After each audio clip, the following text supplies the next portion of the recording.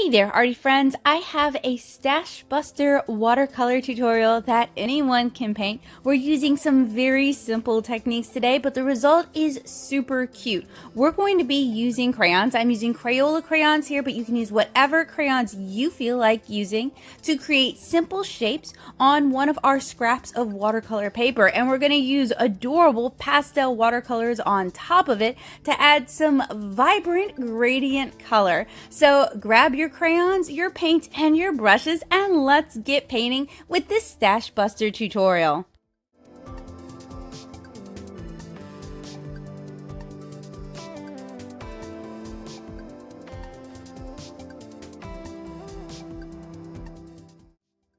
Hey y'all, I'm Becca Hilburn. We've got another Stashbuster tutorial today. The materials you're going to need are pretty simple. You are going to need a scrap of cotton rag watercolor paper cut to bookmark size if it isn't cut already. You're going to need some of your favorite watercolors. I'm using PWC.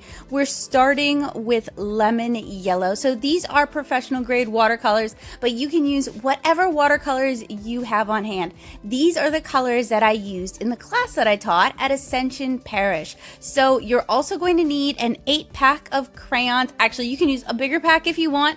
You can use a smaller pack if you want. You can even use a clear wax crayon if you want. You are also going to need turquoise blue light, and fear not, I'm going to have all the materials listed for you guys down in the description below.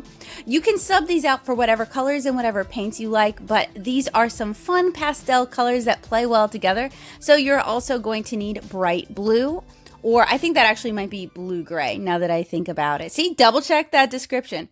You're also going to need some masking tape. I'm using MT masking tape for this. You're going to need ultramarine blue. I have a structure that I'm going to be taping my cotton rag watercolor paper to make sure it doesn't buckle when we add loads of water. I'm using the sort of gator board that you use for political signs. You can use whatever you happen to have. The chipboard on the back of a sketchbook or watercolor pad would also work quite well. You can also just tape it to your desk, but taping it to something like gator board means that we can move it around. The class actually taped it to foam core board, and you can find that at Dollar Tree and cut it to size. We're also going to need bright violet. Now, I would recommend selecting a rainbow of hues for this, since we are going to be using rainbow gradient techniques, and we do have rainbow colors in our 8-pack of Crayola crayons, but it's really up to you. It's whatever you like. Now, for this demonstration, I am using a small plastic palette because that's what I provided my students with. I put a small, very, very small, you don't need much paint at all, dot of watercolor in each of the wells, and then you're going to need opera pink. And for them, I allowed it to dry fully for a couple of nights so that they would have to reconstitute it later in class, but that way it would travel a lot better. But for this, we're just going to add water pretty much immediately. So what I am going to do next is I'm going to tape down my scrap of watercolor paper on all 4 edges, making sure that I press on my masking tape so that I get a really good seal, and that way water isn't going to seep underneath. This is going to keep our bookmark from buckling and bending all over the place. I recommend MT washi tape because it is one of the best little masking tapes that I've found. So once you have your bookmark stretched out, we're going to select our colors. You can use whatever colors in whatever order you like, but I thought it'd be very cute to kind of do it in the reverse order of how I plan on applying my paints. And figuring out what order you want to do it in first, what order you want your crayons in first, will save you some time later on. So I recommend drawing a really simple shape for this. You can do stars. I'm doing crescent moons. Some of my students did some really cool, intricate designs. So if you want to try something a little bit more challenging or a little bit more difficult, feel free. But the goal with the Stashbuster tutorials is so that anyone can paint along with me. You don't have to be good at drawing to feel like you can pick up your watercolors and paint along. So I'm going with a very simple shape. But if you want to try drawing flowers, or you want to try something a little bit more complicated, don't let me stop you. So I'm working my way down the bookmark, drawing crescent moon shapes and kind of switching colors every 3 or 4 moons or so, kind of where I figure the color gradations are going to change. And I really want to create some contrasting colors. That would be the color opposite of the color that I'm going to use, because that way we're going to get the most interesting effects. But you can do complementary, where we're using the color very close to the color that we're going to use. Since we're working from fresh tube paints today, which is unusual, usually we work from half pans, what I recommend you do is I recommend, if you're painting along the same materials that I'm using, and feel free to use your own, I'm filling each of the wells about halfway using a clean brush, dipping from my clean cup of water rather than pouring. You can also use an eyedropper for this. And I'm going to let the water sit in the wells for a few minutes so that the paint can kind of soak it up before I attempt to mix it.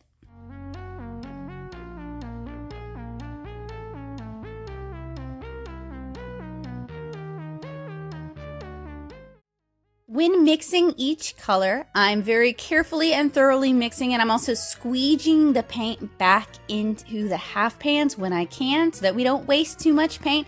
And then I'm rinsing it off in my rinse cup in between every single color, because I really want to try to avoid polluting colors. Of course, if you want to mix colors, feel free. Some of my students mixed all the colors with this one.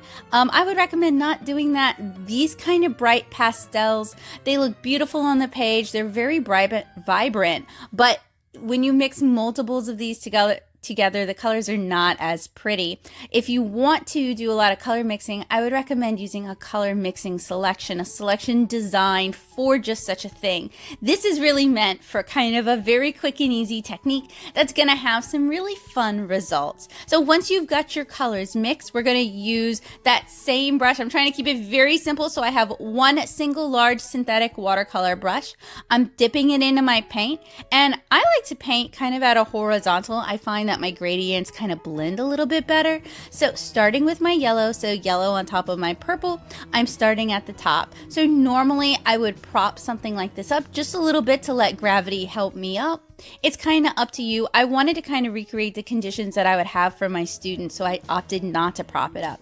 Next, I'm moving in with our turquoise and then blending it back just a little bit into our yellow so that we get a nice green. And you guys will notice I'm rinsing out my brush in between each color. Next, we've got our blue-gray. So starting in the turquoise, I start blending it down, and that's going to give us a bit of a smoother gradient. And then before I switch to our ultramarine blue, I rinse out my brush, and then I grab my ultramarine blue. So if you're looking for some more very simple get started with watercolor tutorials, not only do I have more of these bookmarks in my Stashbuster playlist, which I hope you guys will check out, but I also have a watercolor crash course where I walk you through the materials, I walk you through the techniques, I walk you through different painting terms, all in an attempt, all in the hope of getting you started with watercolor, because I've got a lot of great watercolor tutorials and resources here on the channel. If you guys aren't familiar with my work, hi, I'm Becca. I'm a watercolor comic artist, and I paint the watercolor comic 7-inch Kara, which I hope you guys will check out. You can read it for free as a webcomic at 7inchkara.com. So here is our first layer of paint. I allow it to dry completely, totally, and fully, and you guys will notice how milky and kind of white the water got. That's because these paints have a lot of PW6, a white additive that makes them look brighter and also makes them look more pastel. Normally that would be a bad thing, but I very intentionally chose that for these paints so that they be very bright and fun and really stand out on the paper. So I'm doing a second layer with my paints so that I can get a little bit more vibrancy. You can do one layer, you can do 2 layers. It's kind of up to you. This is your bookmark, and I'm kind of starting the blending a little earlier than what I did before so that we can get some layering. So something interesting about these paints is many of these colors are going to do something that's known as granulation, and that's where the mineral pigments, the particles kind of fall into the hills and valleys of the page, and you can start to see the colors almost separate. It's a very, very pretty technique, and I hope you guys will try this out yourselves, and that way you can see for yourselves. But I really wanted to kind of encourage that, and I also wanted to kind of focus on the color shifts and also making the colors a little bit more intense. So one of the ways that we can really build up color with watercolor is by layering it, and that way we're putting layer after layer of color on our bookmark. So watercolor is typically a very transparent, a very see-through medium, and this layering really helps us build up those colors. So after your bookmark has dried totally, completely, and fully, and you're happy with it, it's time to remove our masking tape, and we pull it away from the art. So if it tears, it doesn't tear into the bookmark. And there we have it, a very, very simple wax resist rainbow bookmark. This is a very easy technique, and if you've got a young painter at home, this could be a fun bookmark project to do together. If you end up painting your own, I would love to see it, so please tag me at Nattosoup, Nattosoup, on Instagram, Twitter, even TikTok. I'd love to see the art that you make. I hope you guys had fun. I had fun, and I had fun showing my students in Ascension Parish how to paint this bookmark. They took it in all kinds of different directions, and it was really cool to see their problem solving and their creativity. So I encourage you to make this your own. You're of course welcome to paint along with me and do it the way I do it, but I'd love to see you put your own spin and your own flair on this. So I hope you guys will check out my Stashbuster watercolor bookmarks for more great, easy watercolor tutorials. Could be a good way to use up the rest of that watercolor piece of paper that you guys bought. And I hope to see you guys again soon. Hey, so I don't normally record an in cap for my Stashbuster tutorials, but I thought it was important to do that today. So this was recorded to help me prep and create a demo for a class that I was teaching in Ascension Parish.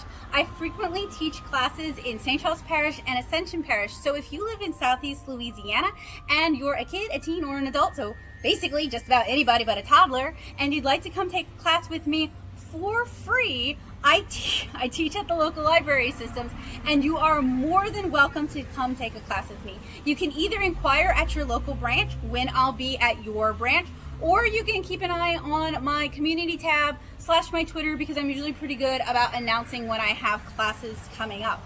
I just wanted to kind of include this because I would love to have more of you guys in my classes.